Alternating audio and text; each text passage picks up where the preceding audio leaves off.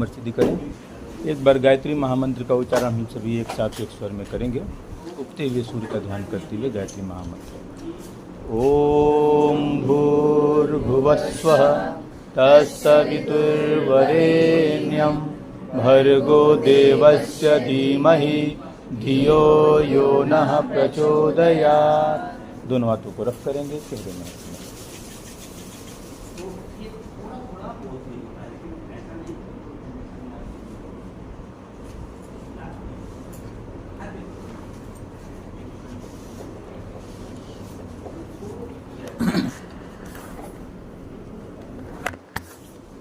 तो कल हम लोग पढ़ रहे थे सांख्य दर्शन के बारे में। 6 दर्शन हैं और 6 दर्शन में सांख्य दर्शन 6 दर्शन के नाम आप लोग में से कोई बताइएगा? दीक्षिता, आपको ग्रुप में सेंड किया गया है ना? ये नहीं किया गया? 6 दर्शन और उसके संस्थापक कौन है? एक पेज में होगा। कोई बताया? निहारिका। हाँ हाँ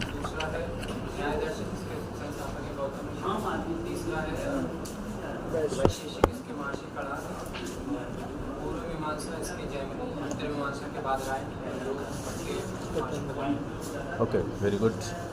तो आप लोग जो पीडीएफ दिया जा रहा है उसको कम से कम पढ़िए। उतना तो आपको आना ही चाहिए और उतना रहेगा तो आपको क्वेश्चन पेपर के अकॉर्डिंग पर्याप्त है और शेष व्याख्या तो कम ज़्यादा होती रहेगी। तो अब हम लोग एक एक दर्शन के बारे में छोटा छोटा संक्षिप्त में अध्ययन करेंगे, क्योंकि अगला सेमेस्टर में आपको पूरा ही इंडियन फिलॉसफी पढ़ना है, फिर से 4th सेमेस्टर में पढ़ना है। तो और आपको अभी आपको केवल शब्द से परिचित होना जरूरी है कि ये क्या है।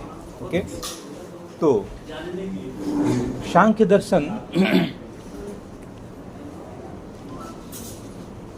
सबसे पुराना दर्शन है। 6 दर्शनों में सबसे पुराना दर्शन सांख्य दर्शन है। सांख्य दर्शन के प्रवर्तक कपिल माने जाते हैं। और अगर आपने गीता पढ़ी हो तो 10वें अध्याय में भगवान कृष्ण कह रहे हैं मैं सिद्धों में कपिल हूँ। पढ़ा है कि नहीं? जैसे वो कह रहे हैं कि मैं इंद्रियों में मन हूँ, वृक्षों में पीपल हूँ। ऐसा सुना है कि नहीं?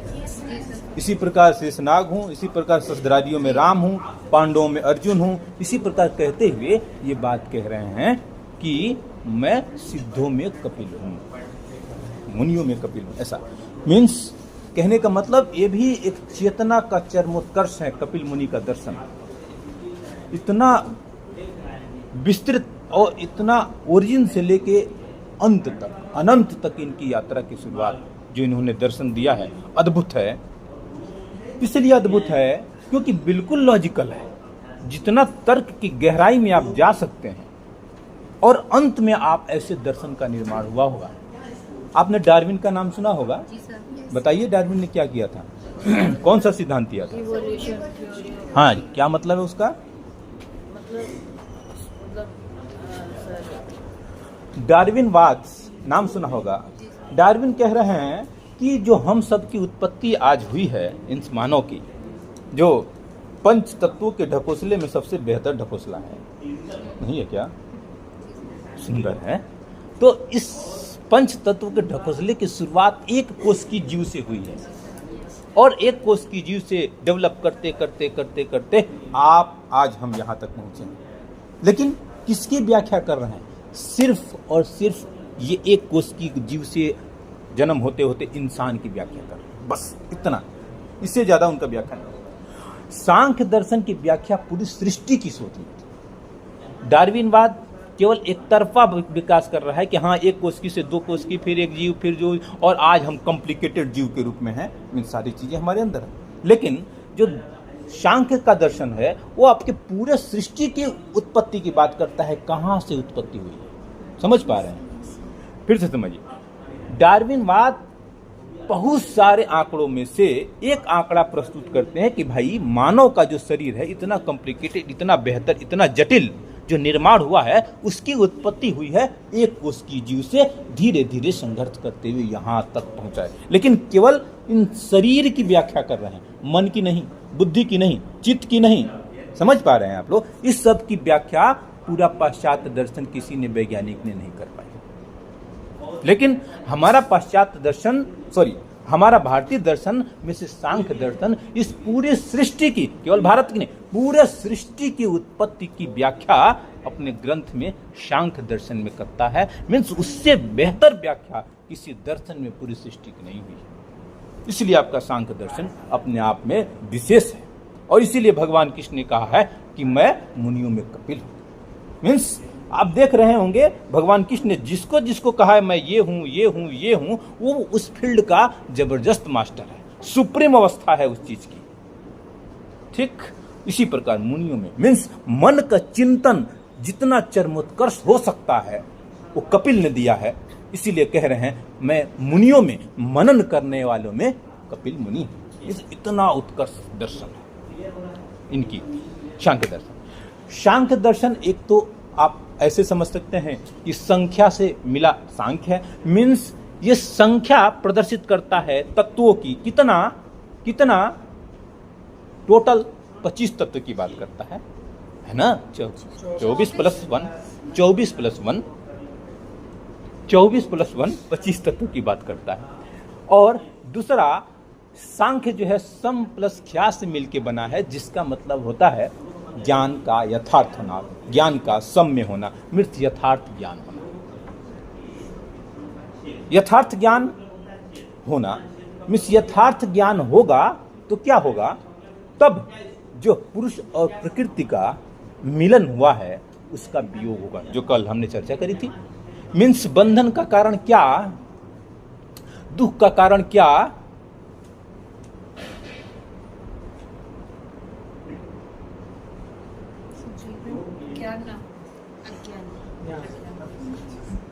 ये जो सृष्टि चली रही है, आप फिर से समझिए, कल का डिस्कशन लग रहा है आप लोगों को समझ में नहीं आया। प्रकृति 3 चीजों का मिश्रण है, सत्य रज और तम। कल हमने डिस्कस किया है। सत्य रज तम दुनिया की प्रत्येक चीज में जो भी आपको दिख रहा है उसमें सत्य रज तम का मिश्रण। कोई भी दुनिया की कोई चीज ऐसा नहीं है जिसमें केवल सत्य ही हो या केवल रज ही हो, है तीनों, लेकिन किसी में सत्य ज्यादा है, किसी में रज ज्यादा है, किसी में तम ज्यादा है, लेकिन है ईच एंड एवरीथिंग, सब में तीनों का मिश्रण है। ओके। प्रारंभिक अवस्था में ये सत्य रज और तम सम अवस्था में होता है, लेकिन जब पुरुष प्रकृति के पास आता है तो ये तीनों इक्विलिब्रियम में स्टेट जो होता है उसमें डिसबैलेंस होता है। सबसे पहले किसमें, रज में, रज के कारण फिर तम में, फिर सत्य में, और फिर धीरे धीरे से पूरी सृष्टि का निर्माण हुआ है। ठीक, ये कब, सृष्टि के आरंभ अवस्था में। प्रलय अवस्था में क्या होगा, फिर ये शांत हो जाएगा सृष्टि। मीन्स क्या, सत्य रज तम फिर सम अवस्था में आ जाएंगे। फिर जैसे ही सम अवस्था में आएगा प्रकृति पुरुष से अलग हो जाएगा, अपने स्वरूप में स्थित हो जाएगा।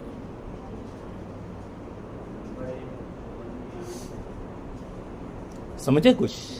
मीन्स प्रकृति की जिस आप सृष्टि का निर्माण कब हुआ, कैसे हुआ, ऐसे है ना। तो सृष्टि का निर्माण आप सांख्य दर्शन ये कहता है पहले सृष्टि बिल्कुल समवस्था में थी, लेकिन जैसे ही पुरुष इसके संपर्क में आया प्रकृति में सत्य रज तम तीनों गुण में एक वाइब्रेशन होना शुरू हुआ। सबसे पहले किस में, रज में, फिर तम में, फिर सत्य में। और ये वाइब्रेशन जब एक बार शुरू हो गया तो होता ही गया। वाइब्रेशन होने का मतलब क्या, इस सृष्टि का निर्माण होता ही गया और होता ही रह रहा है। और आज के वैज्ञानिक कहते हैं विश्व का विस्तार आज भी हो रहा है, आज भी ये और बड़ा होता जा रहा है। तो ये सांख्य का दर्शन सही प्रस्तुत होता है कि नहीं? लग रहा है ना, जो ये कह रहे हैं वही हो रहा है, अभी तक होता ही जा रहा है। अब क्या हुआ, अगर हो रहा है तो क्या ही फर्क हो गया, हो रहा है तो सृष्टि का विस्तार होता जा रहा है, और सृष्टि के विस्तार में हम भी एक अंग हैं। और सांख्य दर्शन कहता है कि पूरी सृष्टि 2 तत्वों से मूलतः बनी है। कौन कौन? एक है पुरुष और एक है प्रकृति।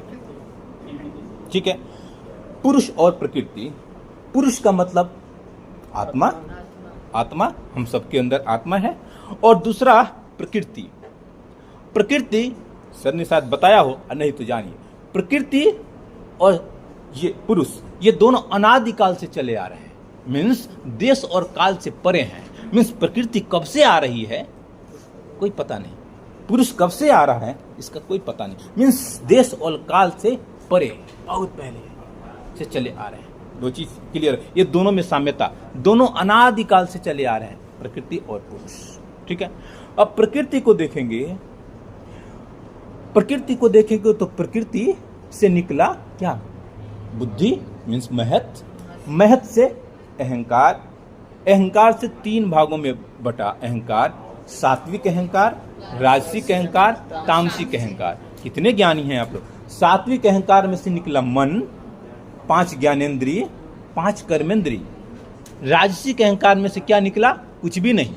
तामसिक अहंकार में से निकला क्या? तन्मात्रा। तन्मात्रा क्या?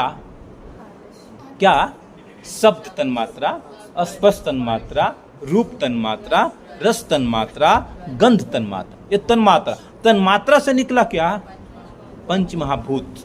क्रम से आकाश, वायु, अग्नि, जल और पृथ्वी। ये सबसे नीचे, यानी सबसे लास्ट में क्या निकला? पंच महाभूत। समझ पा रहे हैं? सबसे लास्ट में निकला पंच महाभूत। लिखने की जरूरत नहीं है मेरे ख्याल से, आप लोग समझ पा रहे हैं। नहीं समझेंगे तो लिख भी देंगे। पीडीएफ आपको दे ही दिया, दे दिए होंगे सर ने? नहीं सर, आपने जो दिया है। अच्छा, हम अभी दिए नहीं है, अब देंगे। तो मीन्स फिर से देखिए, प्रकृति सबसे ऊपर, उससे निकला महत बुद्धि, उससे निकला अहंकार, अहंकार 3 भागों में बटा, सात्विक अहंकार, राजसिक अहंकार, तामसिक अहंकार। सात्विक अहंकार से निकला मन, 5 ज्ञानेंद्रिय, 5 कर्मेंद्रिय। राजसिक अहंकार से कुछ नहीं। तामसिक अहंकार से निकला पंच तन्मात्रा। पंच तन्मात्रा मतलब क्या? क्या? शब्द तन्मात्रा, स्पर्श तन्मात्रा, रूप तन्मात्रा, रस तन्मात्रा, गंध तन्मात्रा। और इससे निकला क्या? क्रम से पंच महाभूत। ओके, ये है प्रकृति से निकला हुआ चीज। अब आप देखेंगे दुनिया में जितनी चीजें दिख रही अचेतन मीन्स जड़, ये सारे चीज जड़ जो दिख रही हैं, जिसमें जान नहीं है, आप देखते हैं जिसमें प्राण नहीं है, जिसमें चेतनता नहीं है, वो सारे चीजें बनी हैं किससे? इस पंच तत्व से। मीन्स क्या? पृथ्वी, आकाश, वायु, जल, रस मीन्स अग्नि। जो पंच महाभूत है, इससे दुनिया की सारी चीजें बनी हुई हैं। क्लियर? सारी चीजें इसी से बनी हुई हैं। आपका मोबाइल से लेके ये और सब कुछ, आपका हमका शरीर भी बना है, ये सारी चीजें पंच तन्मात्रा से बनी है। लेकिन मन किससे बना है? बुद्धि किससे बना है? इंद्रिय किससे बना है ना? ये भी चीज है, अहंकार भी तो है। ये किससे बना है? ये पंच तन्मात्रा से नहीं बना है, ये पंच महाभूत से नहीं बना है। इसलिए इसका अलग स्टेज है। इसके ऊपर जो क्रम से बताया गया ना, सबसे नीचे क्या? सबसे नीचे क्या? पंच महाभूत। पंच महाभूत से दुनिया की सारी आपकी जड़ तत्व बना है। ओके, लेकिन उससे हम थोड़ा सा अलग हैं। कौन? हम। क्योंकि हमारे पास मन है, इंद्रिय है, बुद्धि है, अहंकार है। ये चीज हमारे पास है। किसके पास? किसके पास? हम लोग के पास है। लेकिन अन्य सारी चीजों के पास ये नहीं है, तो हम थोड़ा सा ऊपर हो गए। इसके ऊपर क्या है? बुद्धि। अब बुद्धि के ऊपर, सबसे ऊपर प्रकृति। अब दुनिया की सारी चीजों की व्याख्या आपकी इससे। लेकिन ये सारे मन भी क्या होगा? जड़ की चेतन।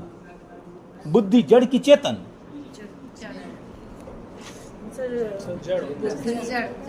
जड़ क्यों? वो चेंज मतलब सर चेतन तो एक ही आत्मा है, बाकी तो सब जड़ है। Very good. अरे गधे का बच्चा गधा ही होगा। जब प्रकृति ही जड़ है तो उसके आने वाले पूरा खानदान ही जड़ होंगे। ऐसा थोड़ा है कि उसे चेतन जन्म दे देगा, नहीं। आत्मा, सिर्फ और सिर्फ आत्मा, पुरुष, ये चेतन है। और सारी चीजें जो है क्या है? जड़ है। कुछ तो क्लियर हुआ होगा। अब दोनों का मिलन हुआ है, जबकि दोनों का गुण अलग है। क्या अलग है? पुरुष जो है चेतन है, प्रकृति जो है जड़ है। पुरुष जो है अनेक हैं, आपके अंदर भी पुरुष है, आपके अंदर भी, सबके अंदर पुरुष है। जानवरों के अंदर भी पुरुष नहीं है क्या? है ना? आत्मा पेड़ के अंदर भी है, सबके अंदर है, लेकिन प्रकृति सबके अंदर वही है क्या? पंच तत्व। ये जो पंच महाभूत है, अंदर भी बाहर भी क्या? यथा पिंडे तथा ब्रह्मांडे, जो बाहर है वही हमारे अंदर है। इस सब में वही है। आपके अंदर, आपका भी शरीर तो मिट्टी से बना है, मेरा भी मिट्टी से बना, लेकिन दोनों मिट्टी सेम। हाँ, थोड़ा सा आपका दोमट मिट्टी, मेरा पीली मिट्टी, किसी की लाल मिट्टी, है मिट्टी सेम।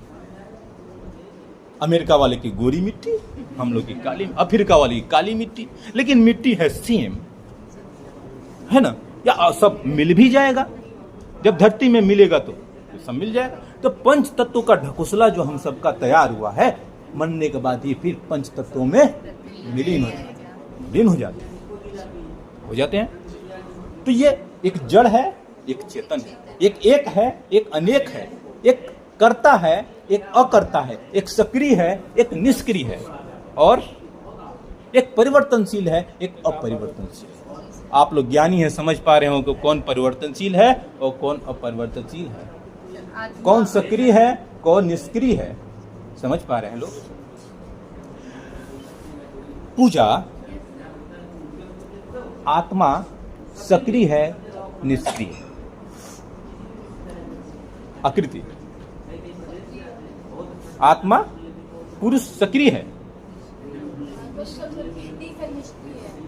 पुरुष निष्क्रिय है, और प्रकृति सक्रिय है।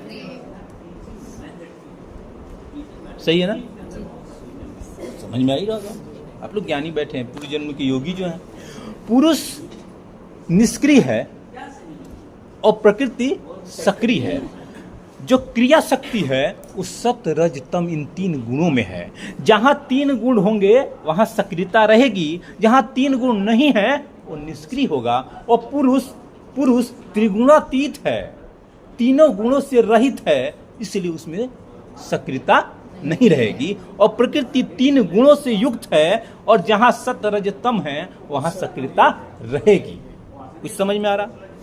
जैसे, लेकिन आपको लग रहा गया जो दिख तो रहा है कि प्रकृति सक्रिय है। जैसे मैं सोचता हूं, कितना तेज दिमाग चलता है, रात दिन चलता है कि नहीं? लग रहा है ना कि यार सक्रिय है, लग रहा है ना सक्रिय है। क्या? प्रकृति सक्रिय है, प्रकृति सक्रिय है ना? है कि नहीं? पुरुष निष्क्रिय है। फिर बता रहा हूं, पुरुष निष्क्रिय है, प्रकृति सक्रिय है। Any confusion? नहीं कंफ्यूजन। आप लोग कैसे कंफ्यूजन हो सकते? ज्ञानी आदमी बैठे जो। सर, आत्मा भी तो चेंज करती है, जैसे तो सक्रिय। हाँ, आत्मा चेंज करती है, और 1000 वर्षों से चेंज कर, लेकिन आत्मा वही है। वो नहीं चेंज। जैसे आप छोटे में थी, दीक्षिता थी, शरीर बढ़ गया, आत्मा वही है। बूढ़ी हो जाएंगी, आत्मा वही हो जाएगा, हो जाएंगी, आत्मा वही रहेगी। मीन्स आत्मा वही रहेगी, फिर दूसरा शरीर धारण करेगी, आत्मा सेम। समझ पा रहे हैं? अब पुरुष और प्रकृति का गुण बिल्कुल डिफरेंट है। सुनील जी, बिल्कुल डिफरेंट है कि ना? एक चेतन, एक जड़, है कि नहीं? एक परिवर्तनशील, एक अपरिवर्तनशील, एक अनेक, एक सक्रिय, एक निष्क्रिय। लेकिन दोनों में फिर से मिलन हो जाता है। कैसे?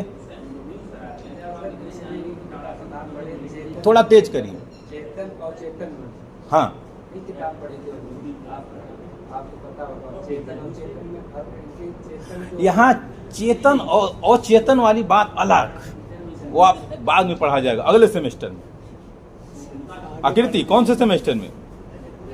3rd सेमेस्टर में आप पढ़ेंगे। लेकिन यहाँ उसको मत लाइए, नहीं तो और कंफ्यूजन। यहाँ केवल चेतन और जड़ की बात है, ये बिल्कुल डिफरेंट हैं।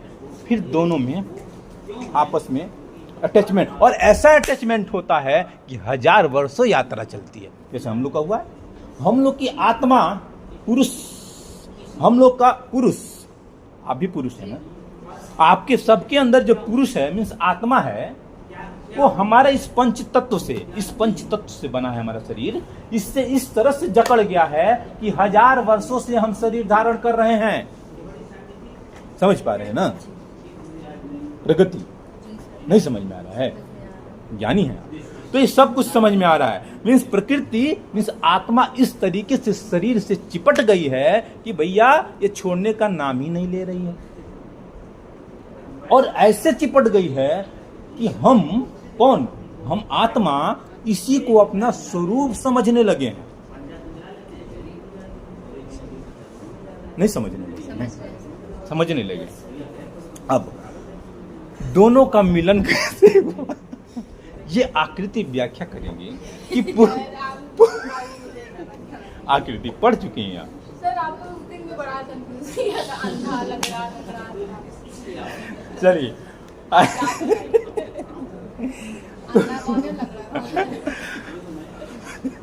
तो ये इसमें अंधा क्लियर बताइएगा, लोगों को समझ नहीं आएगा। अंधा वो है जो चल रहा है, आंकड़े को ऊपर आगे साथ। हाँ ऐसे कुछ था उसमें। आपको ज्यादा पुरुष क्या है, अंधा है कि लंगड़ा है? हाँ, अब ये मिलन क्यों हो रहा है?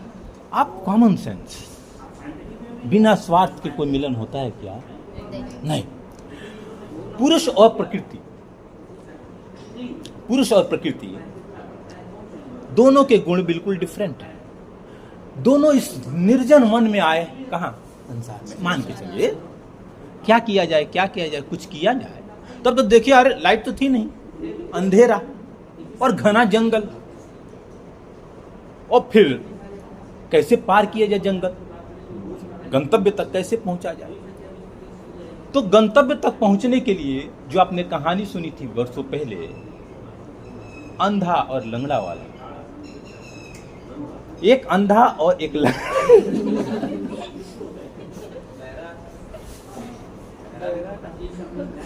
बहरे आप लोग हैं, वो नहीं थे। अगली कहानी लिखी जाएगी तो उसमें बहरा भी जोड़ दिया जाएगा। अभी तक की कहानी में 2 ही पात्र हैं, एक अंधा और एक बहरा। क्यों? बहरा लंगड़ा, एक अंधा और एक लंगड़ा, क्योंकि 2 ही है, एक प्रकृति और एक पुरुष, तो 2 ही रहेंगे। बताओ, तो ये प्रकृति और पुरुष, ये दोनों, और दोनों को जंगल पार करना है।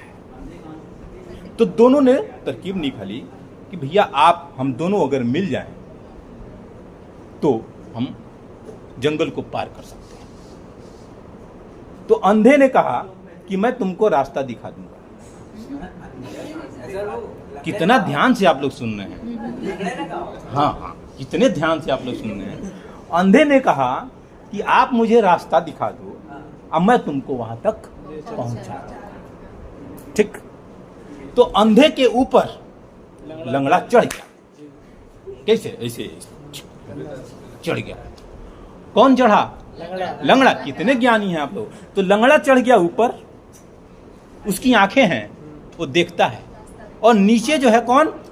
अंधा। उसकी आंखें नहीं लेकिन पैर है, वो चलता है, और धीरे धीरे धीरे धीरे करते हुए जो निर्जन वन था उसको पार कर गया।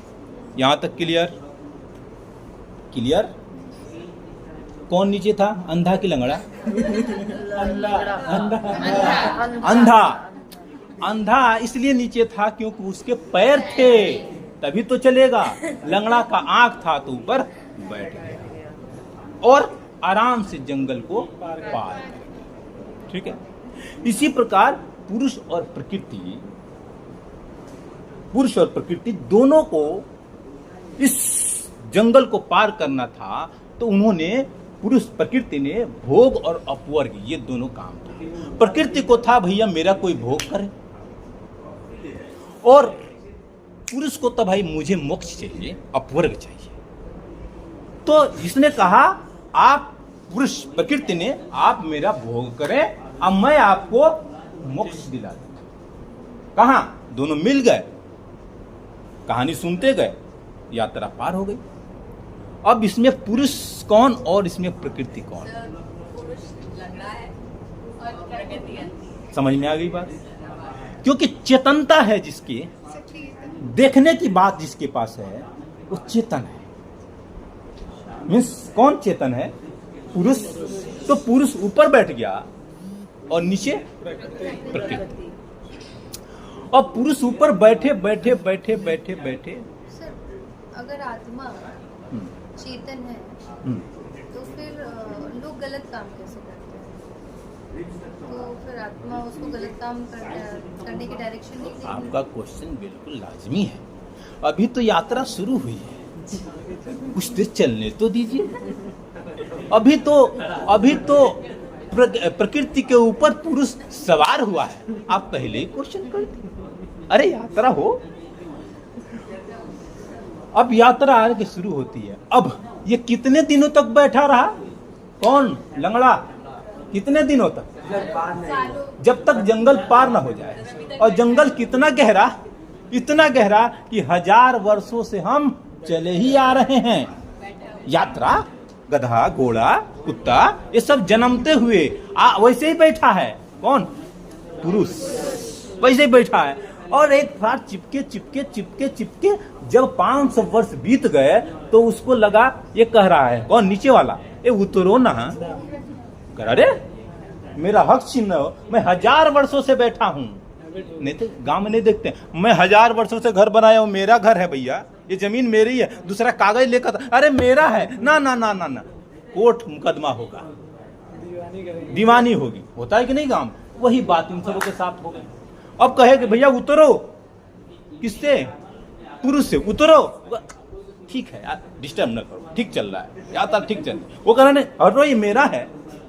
तो ये कहना, तब दीवानी होगा, मुकदमा होगा। किसका? सांख्य योग का। कपिल मुनि एडवोकेट होंगे, लड़ा जाएगा। और ये पूरी मुकदमे की कहानी आपका सांख्य योग में है। लास्ट में सांख्य योग जब पूरा वार्तालाप होता है 72 श्लोकों में, लास्ट में बड़ा मुश्किल से तब पुरुष उतरता है धीरे धीरे, और तब दोनों का वियोग हो जाता है। समझ पा रहे हैं? कुछ तो कहानी समझ में आ रही है।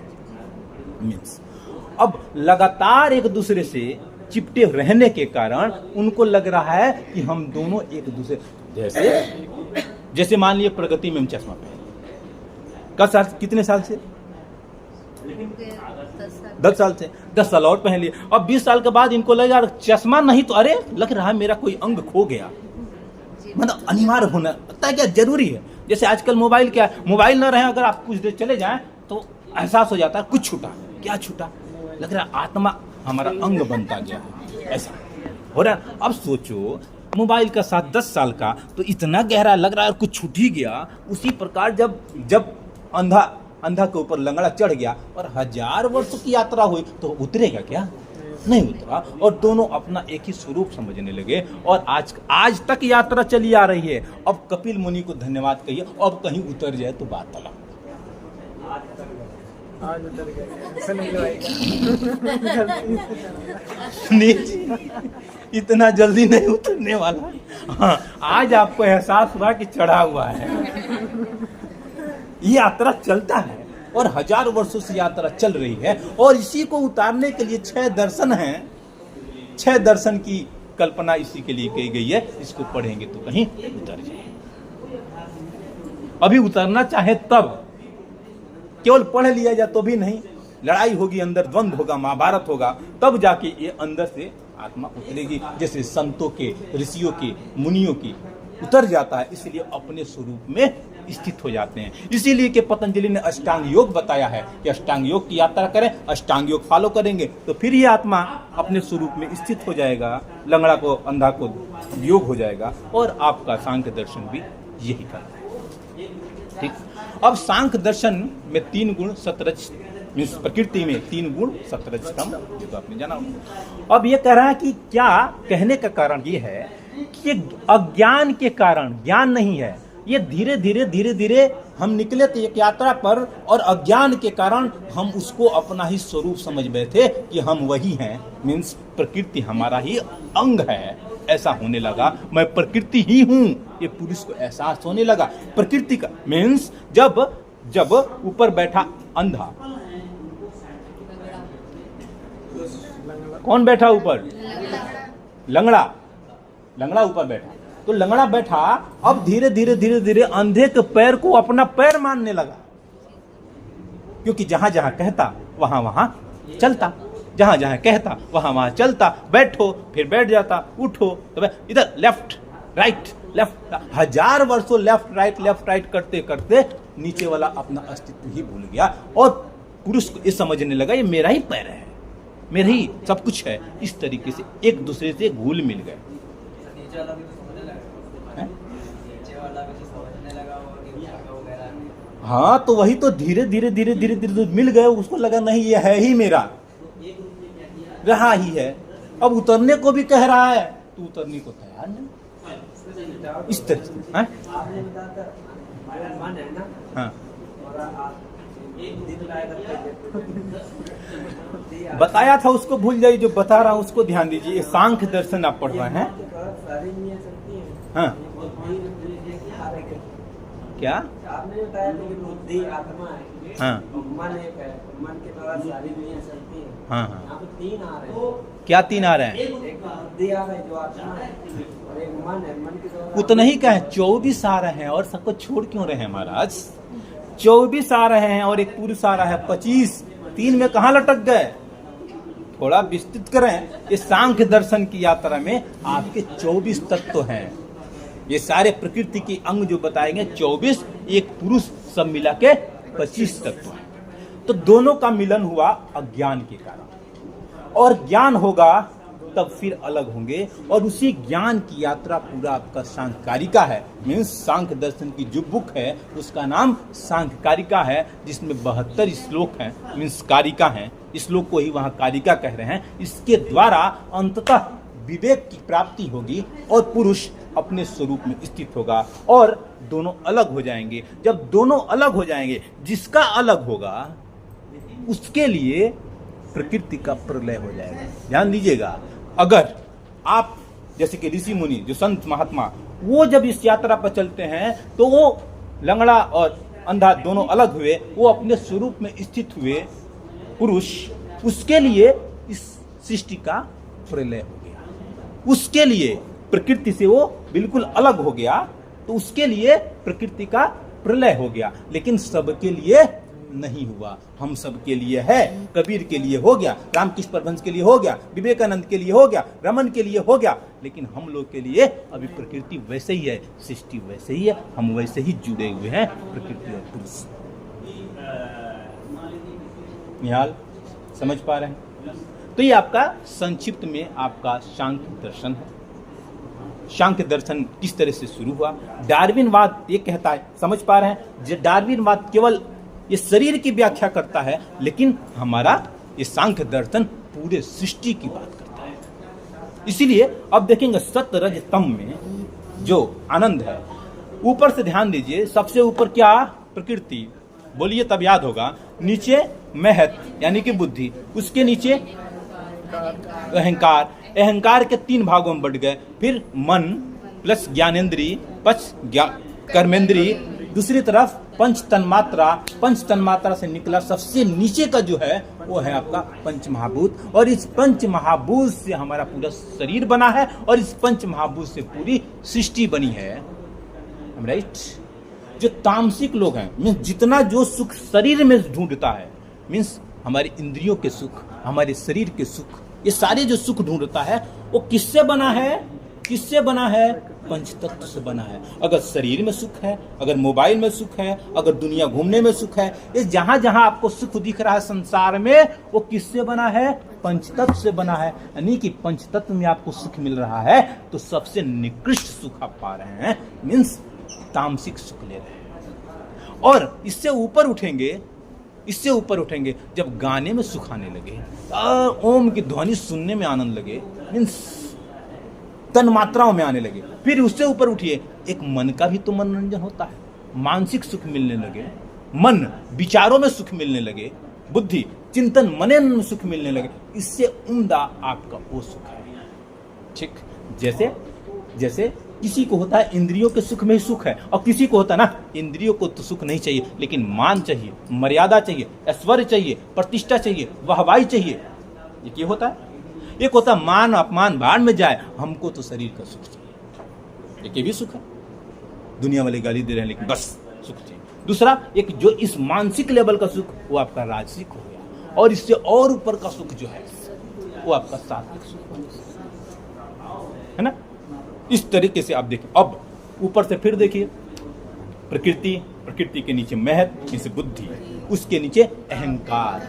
अहंकार जो है ये ब्रिज है, इसी के कारण जो कर रहे हैं, जो हमारे द्वारा हो रहा है, उसको हम अपने द्वारा लगता है कि हम ही कर रहे हैं। अहंकार के कारण हम, अहंकार कहना कि हमारा ईगो है, आत्म स्वाभिमान है, ये सारी चीजें, ये भी तो ईगो भी, अहंकार भी प्रकृति का ही अंग है, लेकिन हम उसको अपना मान बैठे हैं कि नहीं। और अपना मानने के कारण, अपना मानने के कारण हम प्रकृति का पूरी तरीके से अपना मान बैठे हैं। अहंकार जो कि हम नहीं है, प्रकृति का हिस्सा है, उसको हम अपने से जोड़ लिए हैं एकदम। और इसी के कारण जो सुख होता है, जो दुख होता है, उसको से भी हम आत्मा होते हुए भी प्रभावित होते हैं, क्योंकि हम अहंकार जो प्रकृति का हिस्सा है उसको हम अपना स्वरूप मान बैठे हैं कि नहीं? निहाल नहीं माने हैं क्या? जैसे एक पिता है, एक पुत्र है। पिता पुत्र अगर पास हो जाता है तो पिता भी खुश हो जाता है, कोई तालमेल नहीं है, एक अलग आत्मा, एक अलग आत्मा। लेकिन पुत्र अगर फेल होता है तो पिता भी दुखी हो जाता है। लेकिन ये तो इसके कर्मों का फल है, लेकिन होता क्यों है? क्योंकि इसके बीच एक कनेक्शन है ना। जबकि आत्मा अपने आप में वो अलग आत्मा, ये अलग आत्मा में कहां कनेक्शन है? चेतन, ये भी चेतन, लेकिन एक भ्रम का रिश्ता जो बना है 10 वर्षों से, 20 वर्षों से, मान लीजिए 25 वर्षों से। 25 वर्षों में मेरा पुत्र हुआ, उसके पहले पता नहीं था कि नहीं, हो सकता है हमारा दादा रहा हो, लेकिन आज पुत्र हुआ। इसके कारण मोह जो है, इसके कारण पिता भी दुखी हो रहा है, सुखी हो रहा है, दुखी हो रहा है, सुखी हो रहा है ना, ये मोह के कारण। अब इसी तरह अहंकार से मोह जोड़ लेने के कारण हम भी, मतलब आत्मा भी सुख और दुख का अनुभव करती रहती है। कुछ समझ पा रहे हैं? दूसरा एक उदाहरण और समझिए, क्लियर होगा। स्फटिक देखा आपने, कैसा होता है?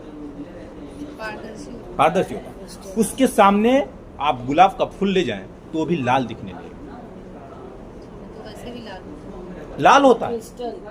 क्रिस्टल आपके चश्मे के जैसा होता है। हाँ, मुझे लगा स्फटिक, हाँ कह सकते हो। उसके सामने अगर आप गुलाब का फूल ले जाएं तो वो भी लालीपन लेवे आ जाएगा।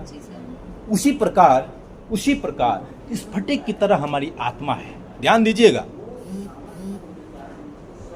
बिल्कुल स्वच्छ, और इसके सामने जब रंगीन प्रकृति आती है तो वो भी इसके रंगों से अपने को लाल महसूस करने लगती है, लेकिन है नहीं। ये भ्रम के कारण जो है वो लालीपन का एहसास होता है। वाकई में स्फटिक बिल्कुल स्वच्छ सफेद है, लेकिन ये लालीपन आता कहां से? प्रकृति के संपर्क में रहने के कारण, जिसको हम भ्रम बोल सकते हैं, जिसको माया बोल सकते हैं। माया के कारण ही ये हम अपना स्वरूप समझ के और तरह के दुखी और सुखी होते रहते हैं, जबकि आत्मा को इससे कोई लेना देना नहीं है। कुछ तो बातें समझ में आई होंगी निहाल। अब जो प्रकृति है उसके सारे अंग हैं। जैसे आप मरे, आरती, जब आप मरेंगे तो आपका इस सुंदर सा शरीर पंच तत्वों में विलीन है, एम राइट? लेकिन मन, बुद्धि, इंद्री सब कैसे विलीन हो जाएगा? इतना जल्दी विलीन हो जाएगा। और आत्मा अपने आप में स्वरूप में स्थित हो जाएगी एक ही दिन में। आत्मा जैसे मरे, इसका मतलब तब तो आप मोक्ष की प्राप्ति कर जाएंगे?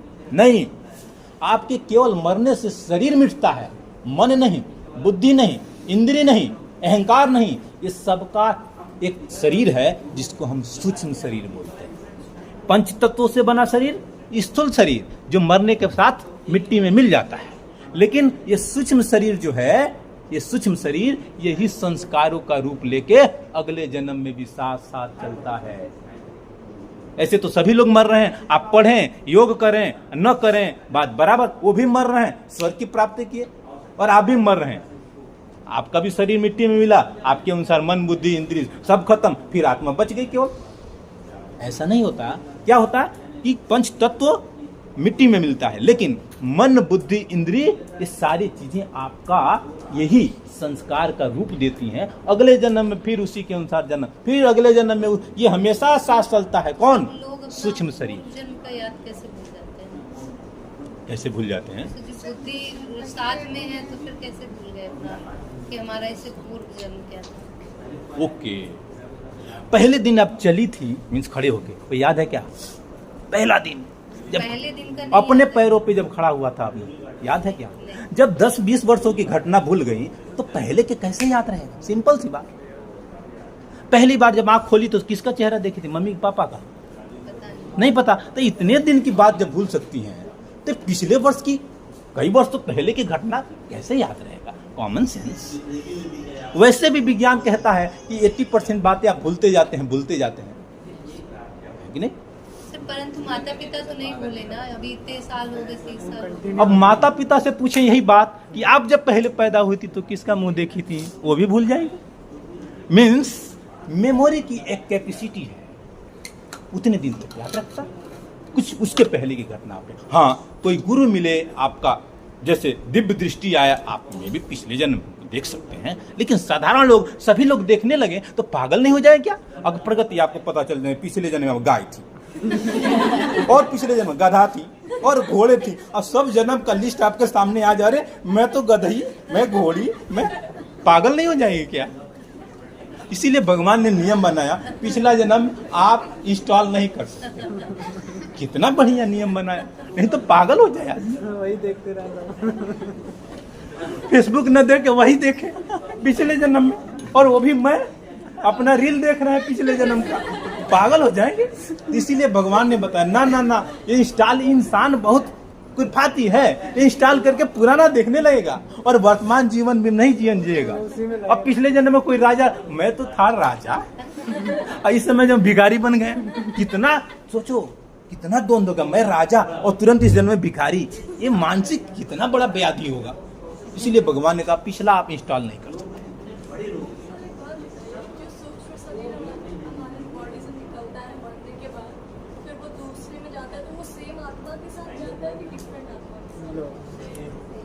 सेम आत्मा के संस्कार, संस्कार जो आप समझते हैं, संस्कार आपका जो सर बढ़ाएंगे, कर्माशय, नाम सुना? कर्माशय में आपके सारे हम जो भी करते हैं उसका संस्कार इकट्ठा होता है। वो संस्कार समझिए आपके इसी के द्वारा इकट्ठा रहता है, और अगले जन्म में आप अपने संस्कारों के अनुसार जन्मेंगे। पुण्य कर्मों के संस्कार, पाप कर्मों के संस्कार, ये सारे कुछ उसी के अनुसार जन्मेंगे। अन्य भी धीरे धीरे सच पढ़ाएंगे तो आपको समझ में आएगा। यहाँ तक बातें आपको समझ में आई? तो जिनका किसी किसी की स्टोरी आती है, इनका रिबर्थ हुआ है, उनको याद है, तो कैसे याद रहता है? किसी किसी को याद रहता है, जैसे हम। हाँ भैया, धरती पर इतने आत्माएं हैं, किसी किसी की आत्मा में कुछ पुराने जन्म का कुछ ऐसा संस्कार होगी, जागृत हो जाए भैया, जागृत हो जाए। अब एक छोटी सी घटना देखिए, छोटी सी घटना। वो नाटी कौन सी है? कौन है रूबी? वो नाटी सी जो कि जादूगरनी है, जो अच्छा, आपके मन का, सुहानी सा, सुहानी सा आपके मन की बातों को पढ़ लेती है। आपने देखा होगा, हम पढ़ लेते हैं क्या? आप पढ़ लेते हैं क्या? कानपुर में कोई है क्या? यूपी में कोई है क्या? तो इतने लोगों में कोई एक जान जाता है, उसी प्रकार वो भी कोई जान जाता होगा। और गुरु की कृपा से ऐसा भी होता है कि गुरु की कृपा बरसे तो आप पूरे जन्म का आपको एक साथ एहसास दिला सकते हैं। जैसा श्री राम शर्मा आचार्य ने अपनी एक बुक में लिखा है, वसीयतम विरासत में, कि उनके गुरु ने उनको बताया कि पिछले जन्म में तुम ही कबीर थे, तुम ही राम समर्थ गुरु रामदास थे, और तुम ही रामकृष्ण परमहंस थे। उनके गुरु ने बताया। वो भी यही कह रहे हैं कि मुझे कैसे पता, कैसे मान लूं मैं, आप जो कह रहे हैं वो बात सही है। तो उन्होंने दिव्य दृष्टि के द्वारा इनको दिखाया। जिस प्रकार अर्जुन को सारी चीजें दिखाएं दिव्य दृष्टि के द्वारा, उसी प्रकार अगर किसी के जीवन में एक सच्चे गुरु का आगमन हो तो आपके पिछले जन्म को दिखा सकता है, लेकिन क्या ही मिल जाएगा, क्या ही हो जाएगा उसको देख, आकृति क्या मिल जाएगा उससे, पिछले जन्म में जान ही रही हो क्या रही होगी, तो क्या मिल जाएगा उससे, दुख के सिवा कुछ मिलना नहीं, भूल जाने में ही भलाई। तो ये आपका सांख्य दर्शन संक्षिप्त में इसका परिचय हुआ।